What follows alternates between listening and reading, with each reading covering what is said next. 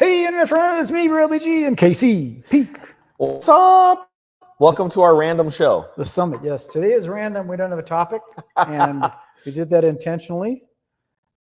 And let's see, the topics of the today are Peanut the squirrel. Peanut the squirrel. He doesn't know who Peanut the squirrel is, so I have to explain to him the whole situation that just blew up on the internet with Peanut the squirrel. It's going to blow his mind. I love that stuff. Yeah, so Peanut the squirrel, because he doesn't know who it is. I asked him, I said, before this, I said, who's Peanut the squirrel? And, you know, like, do you know who he is? Do you know about this thing about Rocky the raccoon and Peanut the squirrel? See, I know Rocky the flying squirrel and Bullwinkle. Right. That's not it. So, okay. So this guy rescues a squirrel. The squirrel is injured, and he finds the squirrel and it's injured. And so he nurses it back to health, and then he releases it back into the wild. And every time he releases it back in the wild, it comes back to his house. And it goes and it wants to hang out with them because it likes him. So it becomes his pet, kind of, right? And he does all these videos of Peanut the squirrel eating, Peanut the squirrel eating a fig, Peanut the squirrel playing, Peanut the squirrel. And it's all this stuff, all these videos all over TikTok about Peanut the squirrel. And the guy talks about how he wants to create an animal rescue organization. So then same thing happens with a raccoon. He ends up fighting raccoon. Raccoon is injured. He nurses it back to health. Same thing with the raccoon. The raccoon likes him, kind of wants to hang out. So he starts showing it. And so he starts promoting this whole thing about him having this animal rescue organization. He has all his paperwork that's all being ready to be pushed through about doing animal rescue and about what it could look like, how they're going to monetize, or not monetize it because it's a nonprofit, but how they're going to, help the nonprofit work. Sustainability through doing the internet videos and all that kind of stuff. And he gets reported, he's in New York State, and he gets reported by somebody for having a squirrel and a raccoon living with them. And they're not licensed. Oh, no. So. No ID? So. Aliens. They get a SWAT team and they raid his house. I'm not kidding you. So they get a SWAT team and they raid the guy's house. To make matters worse, this whole Peanut the squirrel thing has been going on for years now. Peanut the squirrel has millions and millions and millions and millions of followers, right? And they take his squirrel and they take his raccoon by force. And while they're taking the squirrel freaks out and they're like, hey, you have my master in cuffs and you're coming in here and you're raiding my house and everything else. So the squirrel bites one of the people, of course, right? I mean, you go raid somebody's house. You go raid somebody's house and you grab my child will bite you, right? I mean, the child's gonna be like, oh no, defend yourself, right? That's what's gonna happen. So the squirrel bites one of the people. Well, so their regulations say that because that happened, they need to euthanize both animals to check for rabies. Mm-hmm. These animals that he's been taking care of for 2 years. Yeah, it's been just wonderful for 2 years. And then all over the internet. Karen comes in and screws it all up. Right. That's exactly what happened. Yes. So anyhow, so they go ahead and they euthanize them. He posted online, he's this grown man, actually, decent looking guy and stuff like that. So it's not like it's this sobbing fat guy, right, on the internet that everybody's going to be like, oh, it's a crying fat guy. No, it's just like good looking, a guy and, the good looking adult male. He's got muscles and everything else, sobbing, just crying on the internet, right? Saying they killed my pets, right? That's basically what happened. They killed my pets. They came in and they raided my place and they killed the pets. It could have been eaten by Venezuelans or Haitians. Be eaten by the Haitians. Yeah, that's true. It could have, that could have happened too, but that's not what happened here. So they came in, they raided, and they did it, and then so the whole internet blew up, and they're all like, I can't believe that happened. A bunch of people crying on the internet because they watch them all the time. Heck, my kids watched them a lot. Like the Peanut the squirrel. Like, oh my God, they Sure. loved watching Peanut the squirrel just and That's just like eating killing things. Woodstock. It's so cute. So so now suddenly, like, everybody's upset, everybody's crying, and now people are trying to figure out like what happened. So they're like, how can this happen? Like, this shouldn't be able to happen. So now it's becoming a political thing. So now Trump goes out there and he's like, well, this shouldn't be able to happen. And so now, like, it's become this like rallying cry for like Trump in a way, because Trump is going like, this shouldn't be able to happen. We need to make it to where they can't do this, because that's invasion of privacy. There's all kinds of things that are wrong with it. And he's going through the whole list of like why this shouldn't be able to happen. So he's like, this is stupid. When I'm president, I'm going to work to make things like this, so it's harder for them to do things like this. This is ridiculous. They shouldn't have been able to do this. And I mean, he was in the midst of getting all of his paper for the 501(c) of the animal rescue and all this bunch of stuff. And it's his first 2 animals that he rescued, and they killed them. So like, it's just like retarded. So then on top of that, they found the lady by going through all the documents and stuff on all the reports. A bunch of internet hackers found the lady who made the report. So then they started doxing. That's what they call it whenever they start looking up, documents and stuff like that. So they started doxing her, right? And they found out who she was, the types of businesses that she ran, and she has a side hustle selling cough syrup. And somebody posts online, of course, they made themselves anonymous and all this kind of stuff, and they post online, oh, look at that, she sells cough syrup. I bet you the FDA won't like that. We should report it. So I'm laughing about it, but this whole thing is a horror show. Like, it's really ridiculous. Like, the world that we live in is just upside down and stupid. But anyhow, so that is the Rocky the raccoon and Peanut the squirrel situation. Yeah, I did see a picture. It was a AI. It wasn't real, but there's a bunch of squirrels that Trump was carrying, and I was wondering, what the hell is that all about? That's what that's about. That's good to know. See, I don't know everything. So yeah. Oh my gosh. Yeah. Talk about a weird thing. It's interesting because that's a lefty thing, taking care of the animals. And so this Karen kind of person, I think it is more. No, I mean, I would disagree with that. I think that in theory, that's the way people would feel about it. But almost everybody I know who picks, like, I mean, seriously, like random animals and goes and just decides to try to help them and stuff, almost all of them are Republicans. Like, okay, so or libertarians. Deer hunters. Dude, I know deer hunters that have like helped wild animals. I'm saying generally speaking. I actually do know deer hunters who would go out there and they'd be ready to, like, they'd be going out there to go like hunt deer, and there would be like a small deer that had like tiny antlers, and the antlers would have gotten tangled up in something, and instead of hunting for it, they're like, you're not big enough or anything else, and this isn't sporting, and they untangle it, and they're like, there you go. I get it. I was generally speaking, I think that the left side is more compassionate than the right side is kill it. Or yeah, right side, the conservatives are more. We'll see how this all plays out with the squirrel and the raccoon. Yeah, it's kind of crazy. Because she was trying to stop him from having a pet. Yes. She basically reported him for having unlicensed animals in a house, because the squirrels, and this was another thing that happened. So they took the person who was in charge of like going and like getting these squirrels and stuff, and she's standing on camera with a bunch of cages behind her with animals all in these cages all behind her, and she's saying Squirrels are supposed to be in the wild. They're supposed to run free.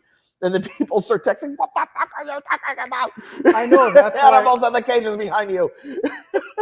That's why all these things are hypocritical. It's so retarded. Like if the animals that are inside your house are supposed to be, would you say, a license or something? Yeah. Because we've got mice in my house right now. And I don't have documents for any of them.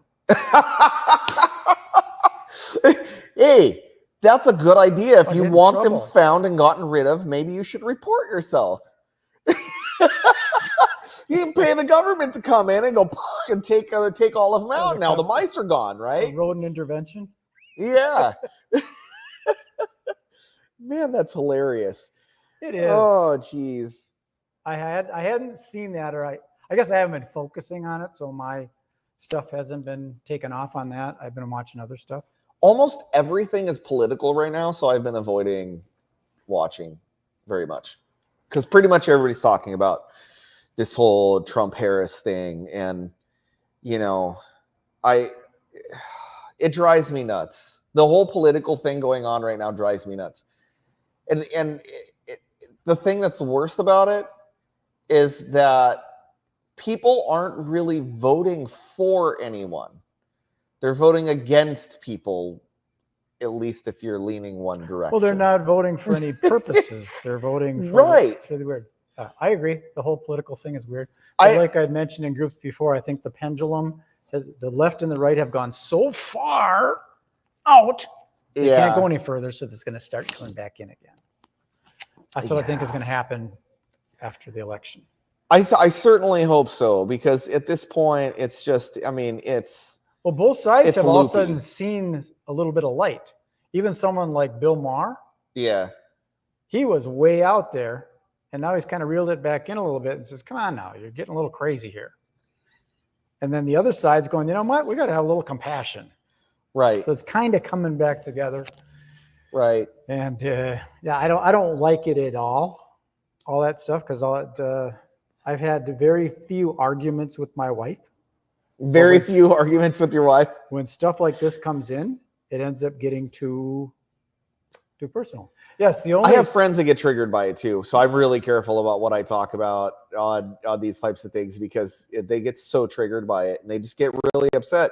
And most of the time when they're getting triggered by the accusational things, like, oh, Trump said grab him by the pussy and he's such a misogynist and a rapist and he's sexual assault and all this. But I'm like, dude, like 90% of that is all unfounded claims. And the whole grab him by the pussy thing even was like a completely taken out of context thing. Like, it was. He didn't actually say that. But what happens is it's kind of crazy how all this happens. People that believe everything they see on the internet, because I could tell you stuff like right now, I can levitate and break the law of physics. Somebody's going to say that and go, I know that it's real. I saw this guy in Minneapolis. He's a magician. He said he can levitate, so it's true. And he looked remarkably like Brad. Yeah. I can do it. Yeah. You know, they hired some guy called MagicBrad. Oh, MagicBrad. Oh, that is Brad. But people will believe all this stuff. They just do. And I don't believe any of it because I wasn't in the room. Right. And even if I was in the room, we can get into the deep metaphysical stuff. Maybe I was, did I take the red pill or the blue pill in the Matrix? Maybe you saw something completely different. Maybe you felt something completely different. Maybe I perceived it differently. Yep. You know, my EMT experience in ayahuasca, I saw those entities. Yeah. I saw a guy's head disappear. Did it disappear? I mean, they don't care. It doesn't matter. That's not, No. It's irrelevant which way it really So happened. you want to have a dispute and argument whether his head actually disappeared or not? So I can make you disappear right now. Ready? Yeah, exactly. See? See, he's smart enough to figure it out. But it's just disappearing. I can't see it anymore. Right. It's invisible because I can't see it. I can't see it because it's invisible. Yeah, perception is a very funny thing. It is. It's a boring topic, though. We already talked about a lot of that stuff. Well, I mean, I'm looking forward to this this culture that we've become across is different. It's weird. People they're not communicating. They're using their phone too much. And they're just, like an example, you see these people and they respond to stuff. They just do the auto spell thing. They don't check it. And when you read it, it doesn't make any sense. Right. Because the AI wrote it And now I don't understand. What are you trying to say when you say ISIP? What is ISIP? ISIP. What is that? What is ISIP? I don't know what we're talking about. But they just went forward and did their little thing, and they jump onto the next little group and they type in their little thing. And Yeah. we've been so separate. You're not a big social media. I mean, you browse it, but it's not your mode of communication. It's not my mode of communication. No. I used to do a lot more social media back whenever I was like doing political stuff and I was on city council and things like that. I did more social media. I had blog online. I actually wrote long papers and stuff like that online, and it was fun. I did it for a while, and really, here's what I found. If the goal is to get more people together and working together and caring about each other, that is not the way to do it. What I found was the more logical I was, the more things I wrote about, the more I was trying to talk to people about what the different perceptions were that were out there in the world and how people could like truly like understand where the other side was coming from. The more people got angry and the more divisive it was, because people don't want to understand the other side. And that was what I came down to. However, if I'm in the same room as you and you hurt yourself and I bandage your wound and I give you a big hug and I tell you, hey, it's all right. You have people around you that care about you. Now suddenly you care. Now you want to know me. And now you actually care about what I think.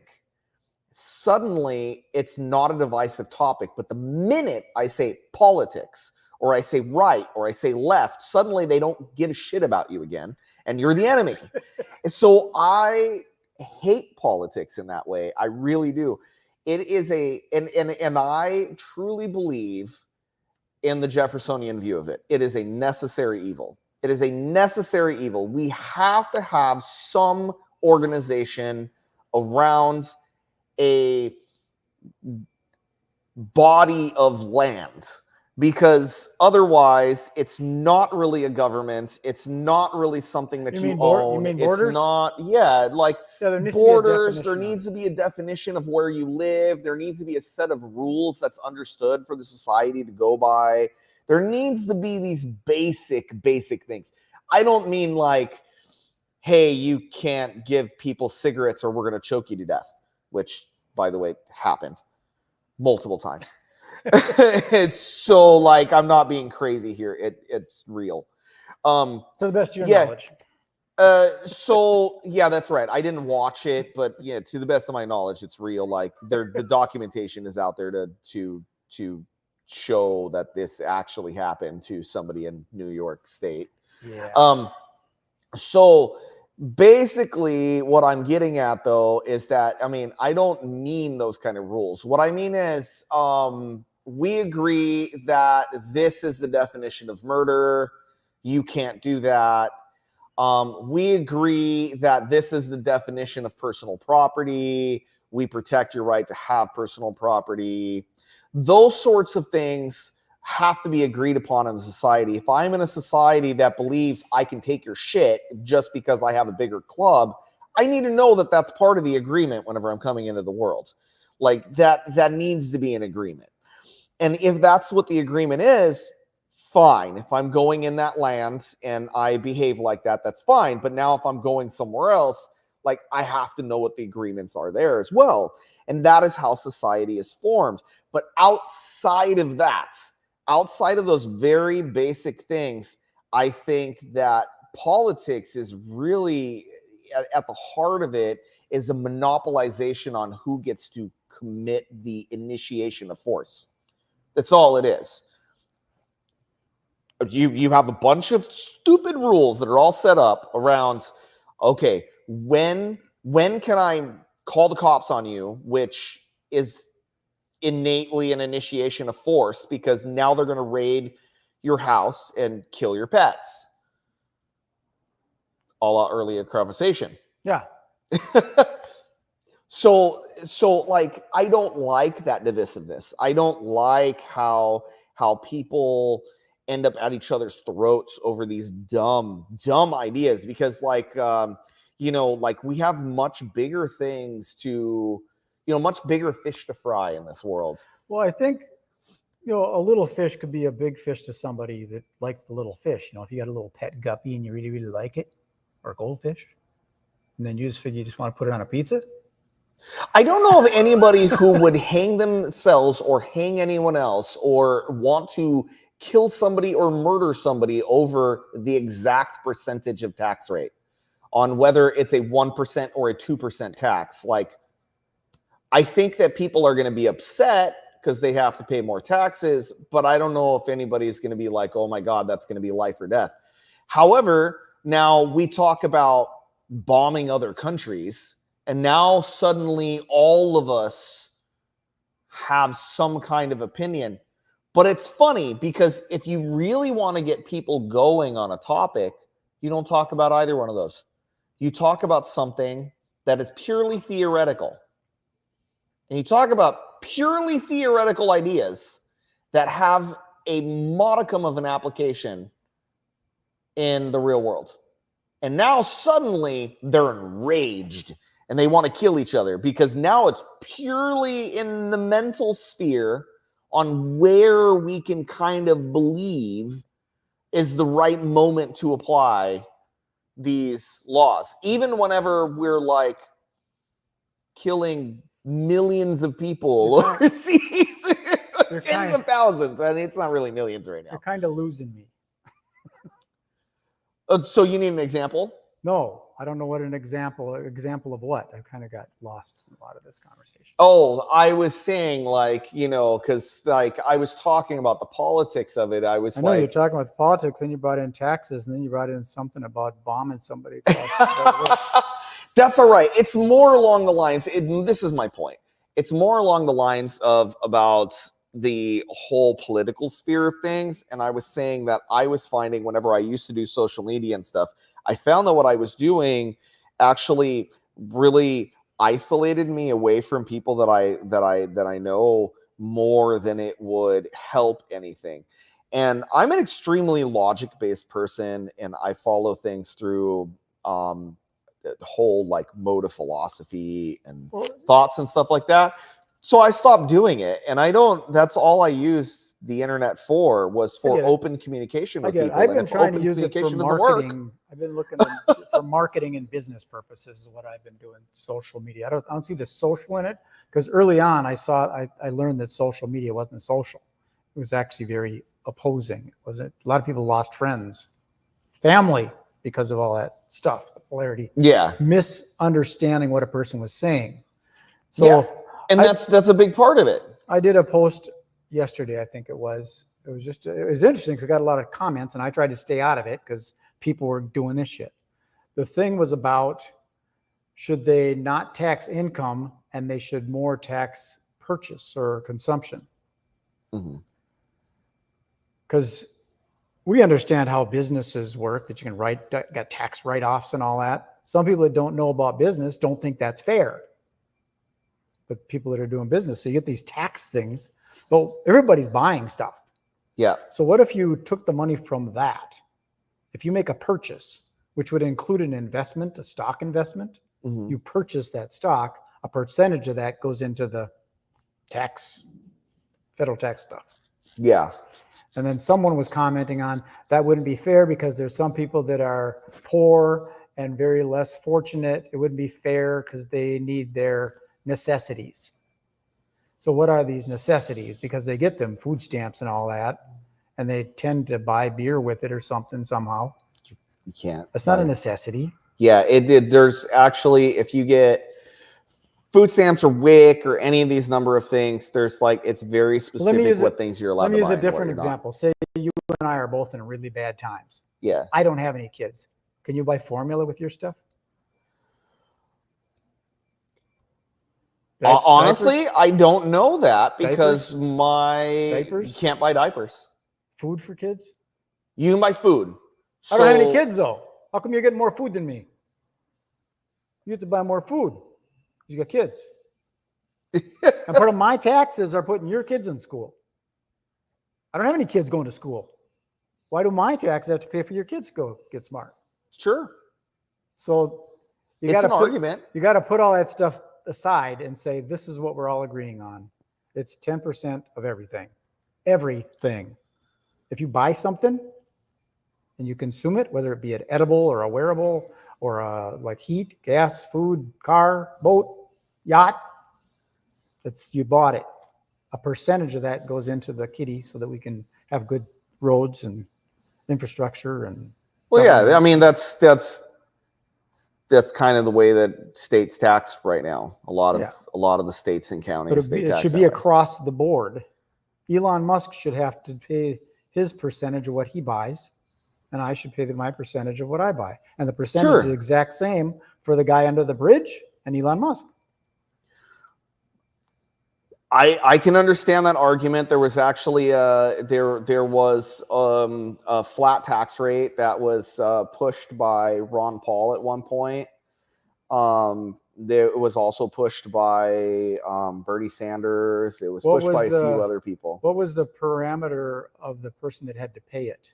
Was it an individual that is age 21 and a United States citizen and legal and not in prison? It was any purchase on anything that was considered non-necessities. So they basically made it to where you didn't have a. See, that's where it gets vague. What's a necessity? No, they defined it. So if you're buying food, like raw foods, like at a grocery store, no tax. If you're buying pre-prepared food, there's tax on it. Same way as it is now. Same way sales tax is now. So what doesn't get taxed? Food. Why So not? the food doesn't get taxed. So as long as you're buying at a grocery store or anything like that, but if it's pre-prepared food, like at a restaurant, you get taxed for that. That's kind of weird. Well, it's a non-necessity. What, the restaurant? Yeah. Gotta eat. Yeah, you got to I don't know how to cook. I can understand why it gets complicated, but I'm just saying what has been proposed before. Of course, what Ron Paul eventually proposed, he had a whole thing on it. I think it was like an 8-year or a 10-year plan. I don't remember because it's been a long time, but he had a whole plan on using import, export, excise taxes, all that sort of thing to actually get us off the income tax. He was like, we don't use these things right anymore. And he was right about it. He actually showed the numbers. There's too many little things that are put in and it got really complicated, all these little things. He showed on basically a spreadsheet, he was showing how all of the types of things that we work with, how if you did import, export, excise taxes, things like that he could completely replace the federal income tax. And he was like, federally, I mean, states are going to do whatever the states do, but federally, he was showing how you can completely eliminate the income tax by doing it. A lot of times it seems like a normal kind of, like a common sense, like the border. Yeah. The border around the United States, and we got borders around every state. Mm-hmm. It kind of is set. But it gets weird when you get into the border that goes into a lake. And now you're in Canada, but are you in Canada? Or it gets weird if people are coming into the country, they're using a work visa or something like that. Or if someone's seeking asylum, do they need any kind of pass or can they come in and get protected? Now, where are they coming from? Right. It gets weird then. It is weird. So if you're fishing inside like Lake Superior, for example, right? If you're fishing in Lake Superior and you go to the north end of Lake Superior and you fish there and you catch a fish, are you in trouble because you don't have a Canadian fishing license?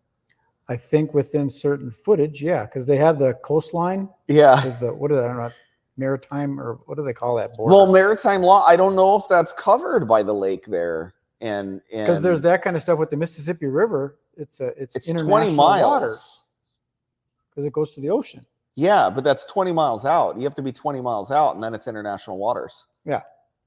But I mean, in a different situation, the river is international waters. So laws are different there.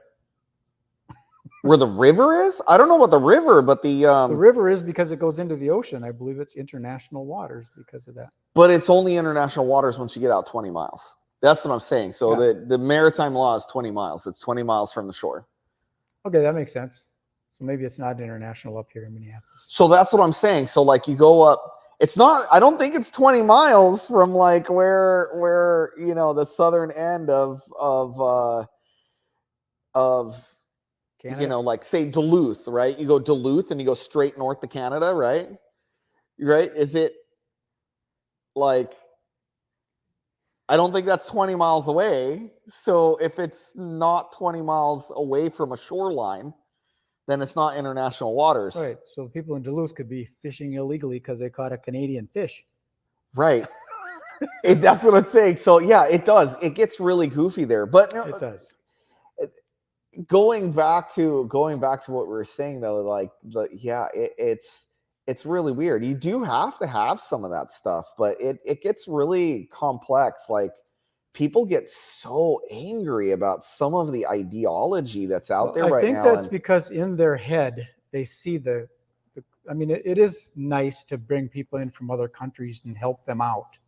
Yeah. But would you open up your door and let them sleep and work, play in your house? You don't even know who they are, but you might just let them in. They can start eating your food and making a sandwich, sit on your couch, on the TV, because you want to help people.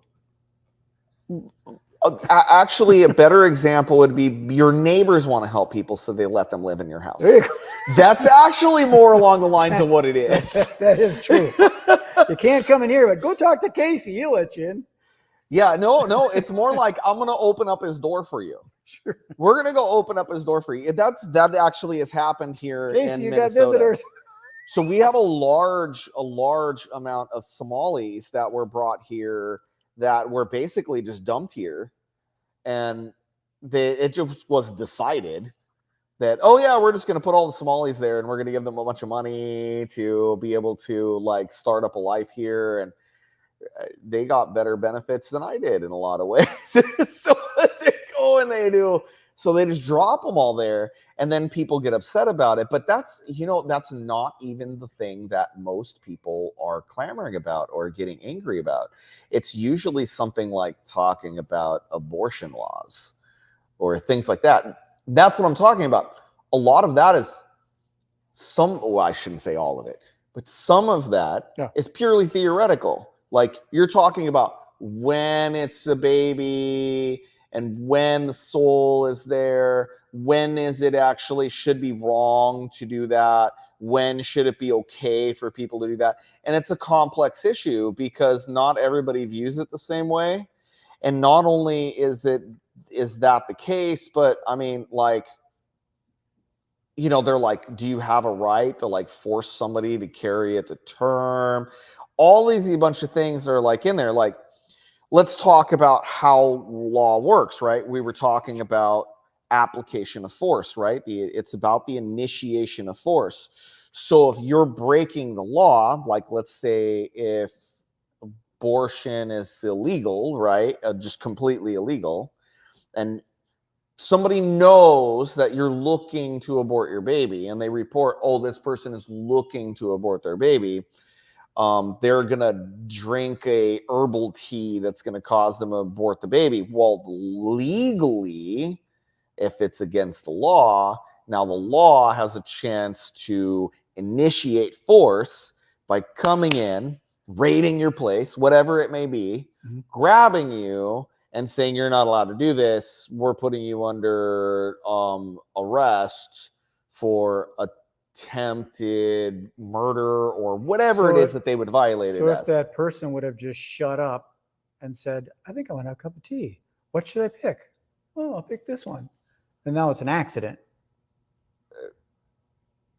Supposedly, if they don't know what the person's true intention was. Not under the law. And that's where it that's where the law sucks, because the law, the way that the law works is this whole justice is blind thing and everything else. Under the law, ignorance is not an excuse under the law. So if you don't know you were breaking the law, you're still guilty for breaking the law. For example, if I had an open window on a second floor and I walked over there and I was like, yeah, I'm just going to dump my trash out, and I throw my trash out and somebody's down below and it lands on them and it breaks their neck, am I responsible for something? Well, it depends where you live on exactly what it's going to be. Everywhere in the United States, would say you're responsible on some level, right? But depending on where you live, it could be reckless endangerment, or it could be manslaughter. Like they're like, you should have known better. I mean, come on, you're on a second-story window. You can't just throw it out. You got to look where it is, number one. Like, I mean, that's possible. Like the trash cans in my building are right out there. So if that was an openable window, I could just literally just hang out and go and throw it, and it would land inside the trash cans. Now, if I did that, I didn't look, and you know they don't open, but if I did that, I didn't look, and it landed on somebody and it hurt them, then most people would say, oh yeah, you're responsible. But you know, going by what you're saying, like, oh, I'm just gonna close my eyes, I'm not responsible if I do that, and you chuck it, and then it's just an accident, right? But an accident still makes you culpable. Sure. Yeah, it ends up being, you got to play each individual situation out. Here's another example. Take it to its extreme. That's what they say in philosophy. I was watching some video stuff, and they were talking about, well, they're talking about the abortion issue, that it's a woman's choice. And then when the baby's actually born, then the father ends up having to pay alimony. Why is that? Why is now he's part of the deal, but when it wasn't born, he wasn't part of the deal? Right. There's one state that's addressed that so far, maybe two, but there's one I know of that's addressed it, where basically the father can say, yeah, no, I'm signing away all my rights. Like, I didn't want anything to do with this. I'm signing away my rights. You don't have to pay anything. You're not responsible for anything, but now you're legally not that child's father anymore. So you have zero rights to that child. However, in most states, the whole, that's where a lot of men have a problem with that particular thing, right? So women unilaterally can decide to go have an abortion. Women can unilaterally decide whether they're going to carry it to term. And women can therefore unilaterally decide whether or not you're financially responsible. And that is exactly how that works in most states, because all they need to do is write the name down on the birth certificate, or get a paternity. If they don't do that, they can get a paternity test, right? Which they can mandate you have to take. And then once it's taken, now you're responsible for it. And everybody says, oh, well, you got to pay to play. You know, you blah, blah, blah. And that's one of the arguments I hear. That's a dumb argument. That's a dumb argument. So if you have no responsibility for what is done with the life, well, the life is being incubated, right? Just to put it in a blanket term, right? Is gestated. There you go. We already have a blanket term for it. So if you have no rights to, it whatsoever during that entire time, why all of a sudden it goes wah, and now you have all the rights to it and all the responsibilities to it, because you had none before that. You had no right to say, yes, I want this, or no, I don't. And that's what some places have begun to try to address. It's a newer problem, and it's funny that it really is only a major problem now that it's post DNA time frame. I gotta stop that. Hang on one sec here. My robot just decided it's gonna start moving around, so I have to move something so my robot can start doing its job. Oh, look at that. That came off. What are you going to do with that? Grab it down. I'm going to move it right here, so that way we can go back to having our conversation. So he's got one of those robotic vacuums, and it started up just now. Yeah, it totally started up. Robot wants to go to work. Yeah. Yeah, that was funny. See, there we are. We're out of control. Yeah, that was hilarious. I forgot that I had it so that way it would go off and right about the time that we were done. It's actually a little early, and I was like, all right. Yeah. So that was an interruption. Yeah, that's what happens sometimes. Just now going on a deep thought, you wonder if the universe did that. I don't know. I have no idea. Us. Maybe we were just on the part of getting into something very serious. Well, I know what I was saying, though. I do know what I was saying. Basically, your thought has changed now. Your direction of what you're thinking. You think you're going the same direction. but you're not. I'm not. Yeah, you're correct. Even if you think you're going the same direction, yeah, you never are. You never are The again. universe moved. But yeah, so here's my point. There is a lot of people who are trying to deal with that issue, and the whole reason why it ends up being like a heated issue is because of several different factors in it, and that's one of the factors that's in it is the fact that males don't really get a say about any of that aspect of it. And then we also get saddled with all the responsibility later on, no matter what decision was made by someone else that you had no right to have any say in earlier on. And that's the reason why there's a lot of like debates around some of that topic. Now, once you get into like just that aspect of it, that's a whole legal thing that is solvable. It's solvable through legal means. It really is. I wonder, is with laws, are laws like kind of like concrete? Aren't they kind of like vague? That's what a judge does. A judge kind of decides whether it's going to, because my point is laws should be specific. Well, if someone this is a compassionate situation of like murder or hurting someone, you get compassionate about it. But if someone starts losing their patience, yeah, and they get emotional and angry, they're no longer compassionate. Therefore, you are wrong because you're incompassionate. Out. You're giving it to the compassionate person. I'm not sure if I followed that. Well, it's a compassionate situation. We're trying to make this a better thing, right? We want to resolve this and make this a good thing. So we should be talking peacefully and calmly. And oh, you mean in a legal situation? In a legal situation or a kind of debate situation, we're talking with calm and no anger, no frustration, nothing violent. Yeah. So that's our mission. That's our whole focus, is to make this compassionate and kind. And as soon as someone loses their temper, they've just lost the argument. They're no longer invited. So my ex-wife was that way. She was totally, no, I'm not even kidding. My ex-wife was that way. My ex-wife that's the way she believed, is that if you lose your temper or you get upset or you get angry or anything like that at all, then suddenly you lost the argument. Let me interrupt. This is interesting because now you can flip that around. Like I talk about perception. Yeah. There's another side of the coin. So here's the other side of the coin. If you all of a sudden kick me out because I lost my temper, you're no longer compassionate. That's true. Now you've got to go. Therefore, we don't have an argument. The show's over. Everybody's got to go. That's funny. That's what I think is very interesting about all this stuff. Like you say, for example, I'm so glad the politics stuff is almost over with. Like, well, it's not over. It's never over. It's always going on in our head. Well, yeah, we constantly have that toggle back and forth. We don't have to worry about. We don't have to worry about which lord everybody is going to pick in another 4 years.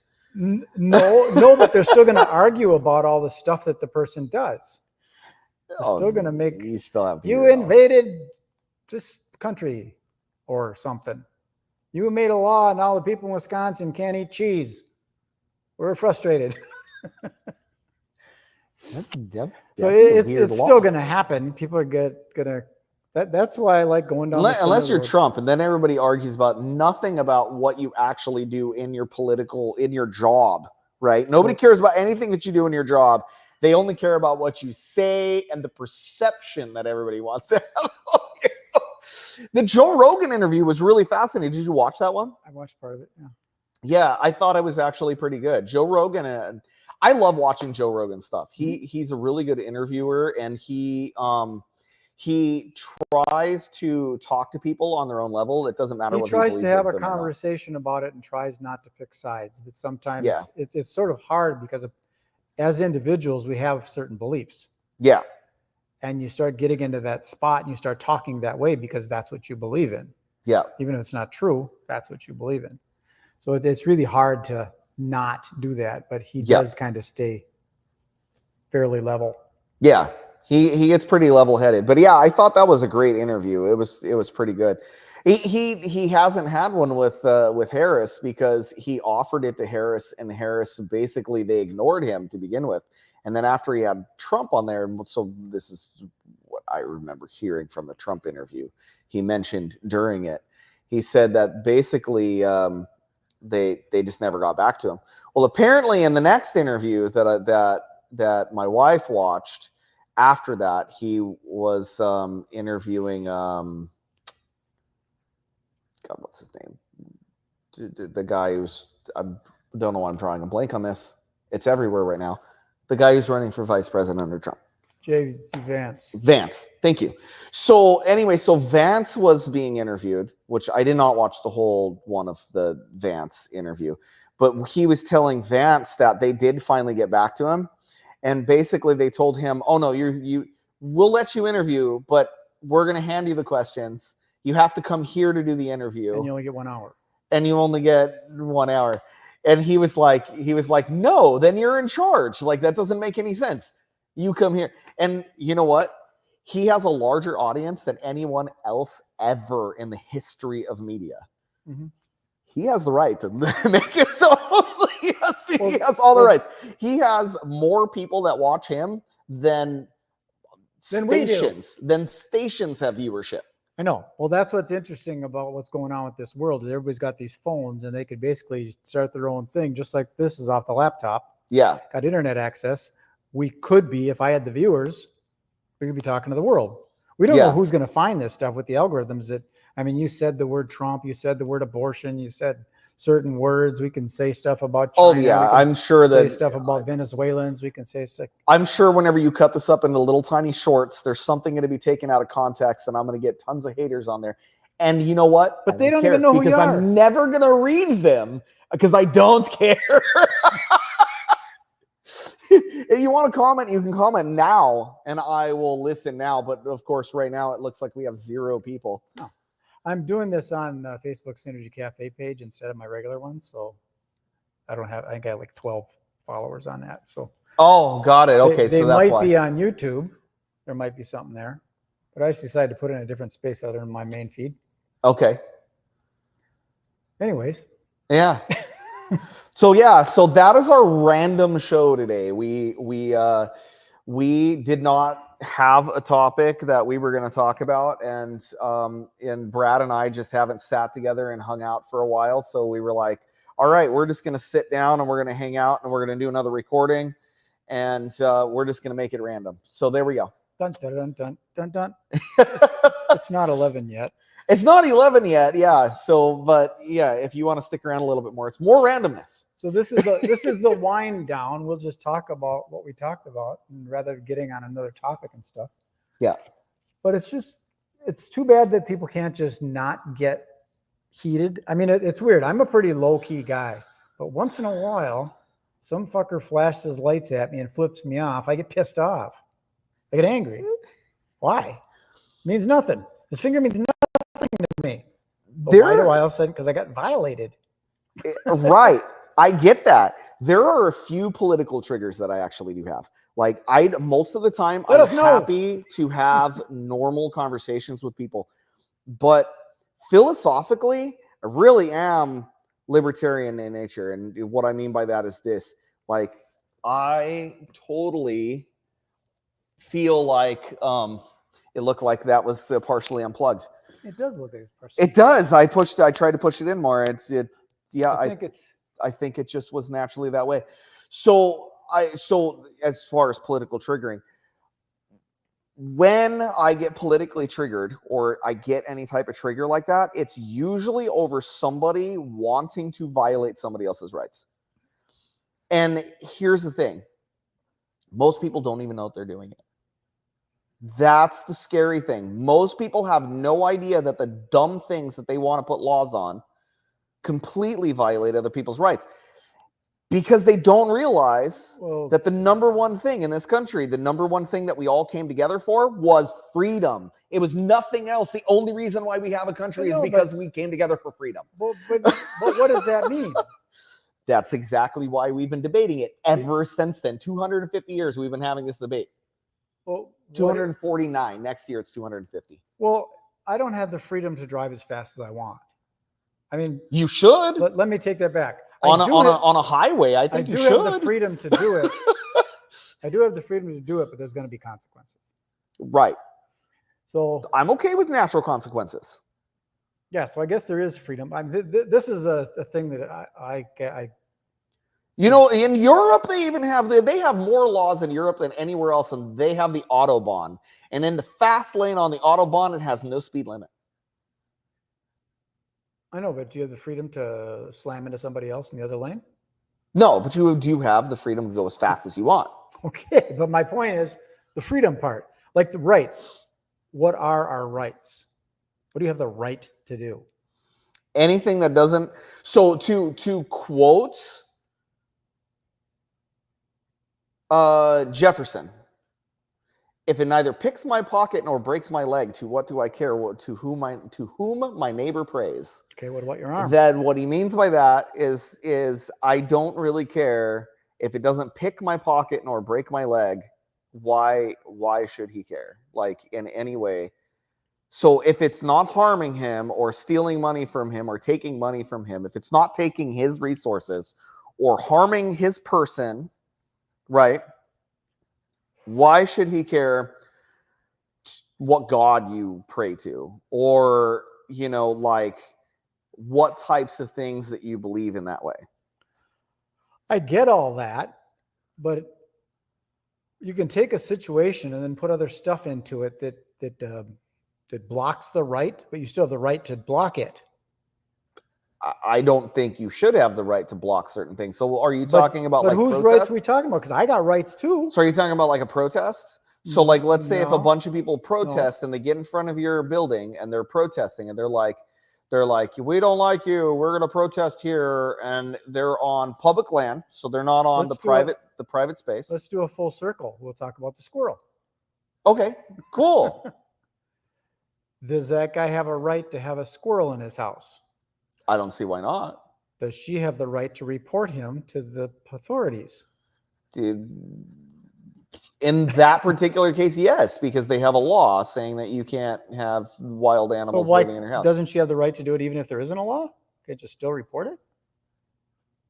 Sure. Or she could like, call and be like, I don't like it. He has a squirrel, and I think that the squirrels are dirty, and that is so nasty that he has a squirrel. Right. It poops. a Karen thing. Yeah. yep, So that's just it. Everybody's got rights, and oftentimes the rights sure. cancel each other out. I don't think there's any right there that canceled it, because she just said, I don't like it. And then fine. That doesn't really cancel it. She has the right to voice her opinion. There's nothing wrong with her voicing her opinion. Right.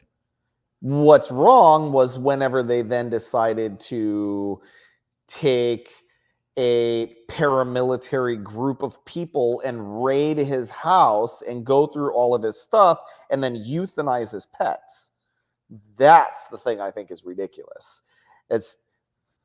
She calls and she goes, I don't like the fact that he. okay, so I'll give you a good example. So for years, I kept bees, right? And I had bees and I kept bees and I talked to all my neighbors whenever I originally got it. Some guy that lived next door to me, right, moves out, and he sells the house and a new person moves in and they go, oh, I don't like the fact that you keep bees. Great. I have to deal with you now because you are my neighbor. And obviously, you know, I have some social responsibility to care about your opinion in some way, right? But you call the city and you go, yeah, I don't like the fact that he has bees, is very different than calling the city and saying, hey, I want you to go in there and spray the hive and kill all the bees in the hives. Okay. So that's right? a difference. That's a big difference. And that is essentially where it came from. So like my neighbor goes, instead of talking to me about it, calls the city. This actually did happen, and says, hey, so we have a problem with it. So what the city does, instead of raiding my house and killing my pets, right? Because that's essentially what they are. It's like having livestock, right? They call me and they say, hey, so your neighbor's having a problem with your bees. And my response was, I understand. Yeah, my bees that are in there right now, their queen is not doing well, and it's making them act aggressively. I already bought a queen to replace it with, and I did notify them, and I let them know that this was happening. And yeah, I'm taking care of it. That's a good way to handle it. Everybody involved had open communication. Where it stops, where it sucks, is where they shut down that communication, and then now all of a sudden everybody is just acting to try and force other people to do what you want. I agree with it, but you never know why that guy's upset with you having those bees. He might have brought up both my son and daughter are extremely allergic to bees, and it's endangering my kids. It's so close to me. You got this queen that you're swapping out because they're aggressive, and I don't want my kids to die. So could you please get rid of your bees? If I would have had somebody talk to me like that, I would have been like, well, it sucks, but yeah, I mean, can we wait till the end of the season? And I will do that, because most of the time they don't survive till the end of the season. You know, they don't survive the winter anyway. Sure. So, right? I mean, there's a conversation to have. There is a conversation to have about that. 12 o'clock now. You see what I'm saying? There is a conversation to have about that. There definitely is. What ended up happening though is that after that happened, so that neighbor ended up selling the house because the prices of the house went up, and they ended up with a different job, and so they moved. And whenever they went and they moved, they sold to another person. The new person went in there. The new person didn't say anything to me about the bees whatsoever. They just went out with a Roundup and started spraying all around the hive and killed all my bees. That's what ended up happening.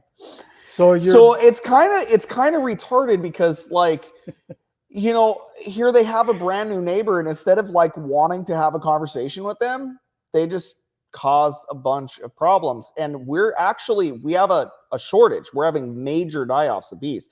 It's been a problem since like 2004. They've been like, they don't understand why we're having colony collapse disorder and all these bunch of things.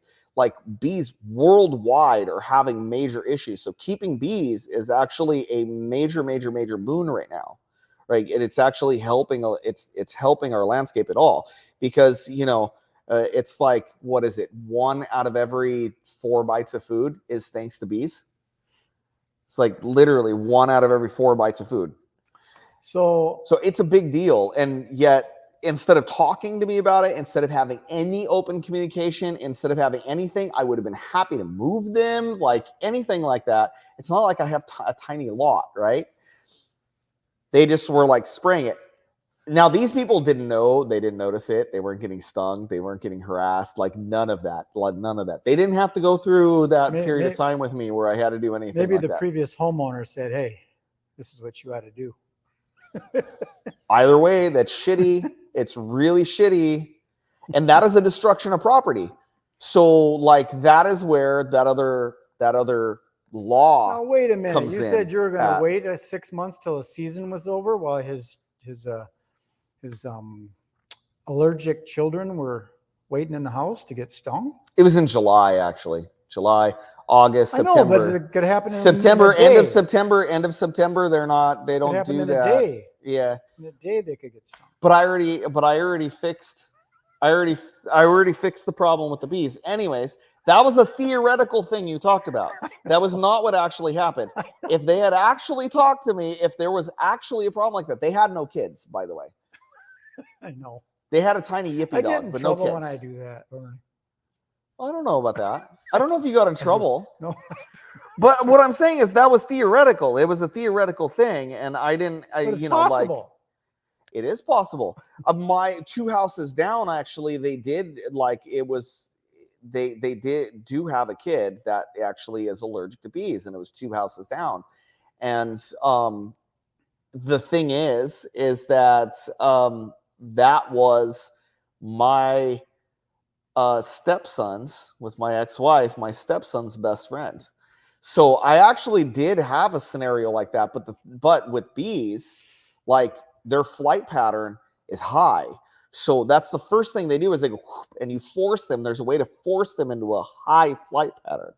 And when they go into a high flight pattern, you don't actually notice them very locally. Like, if they're noticing bees, usually those bees aren't from that area, because they go into a high flight pattern. They start out and then they start moving in. They don't start in and then move out. They actually start out and they move in. Okay.